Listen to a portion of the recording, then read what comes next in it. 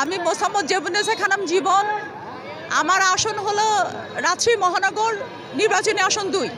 সেখান থেকে মহিলা আসনে নমিনেশন পত্র আজকে জমা দিব। এখন ফর্ম নিয়েছি, আজকে জমা দিব, এখন জমা দিব।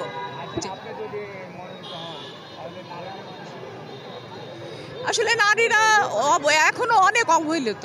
নারীদের উন্নয়নে মানে আমার ক্ষমতা অনুযায়ী যতটা নারীদেরকে এগিয়ে নিয়ে যাওয়া যায় ততটাই করব। যেমন ধরুন আমি একটা নারী, আমি যে এই পর্যায়ে আসছি অনেক নারী আসতে পারে নাই।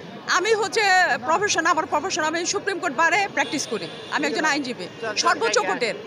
তো দেখা যাচ্ছে কি যে আমার মতো নারীর মানে কয়জন আছে, সবাই কিন্তু আমার মতো সুযোগটা পায় নাই।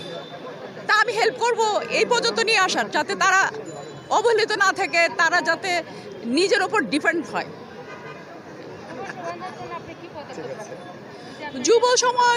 যুব সমাজের জন্য আপনার করণীয় অনেক কিছু আছে।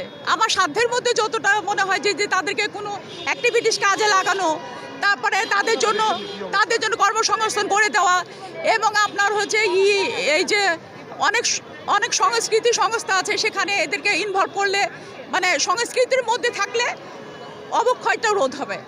সেই দিকটা আমি দেখব, মানে বিবেচনা করব। দেখেন, আমি আশাবাদী, আশা নিয়েই তো মানুষ আসে, বলে আশায় বাঁধে বাসা। তো আমি আসছি, আশা আছে অবশ্যই, কারণ 17টা বছর আমার লাইফে আমি এর সাথে সম্পৃক্ত। আপনার জাতীয়তাবাদী বিএনপির জাতীয়তাবাদী প্রত্যেকটা প্রোগ্রামে আমার উপস্থিতি নাই এমন ভাবা যায় না। আর আরেকটা বিষয় হলো গিয়ে যে দল যাকে যোগ্য মনে করবে তাকে নমিনেশন দেবে, সমস্যা নাই। তবে অবশ্যই আমাদের প্রাইম মিনিস্টার জনাব তারেক রহমান বলছে যে মাঠে যারা কর্মী, যারা মাঠে সংগ্রামে সবসময় ছিল, তাদেরকে বিবেচনা করবে। তো যদি বিবেচনা করে সেই দিক দিয়ে কিন্তু আমি মানে সুযোগটা পাই, সেই আশায় এই তো আসছে।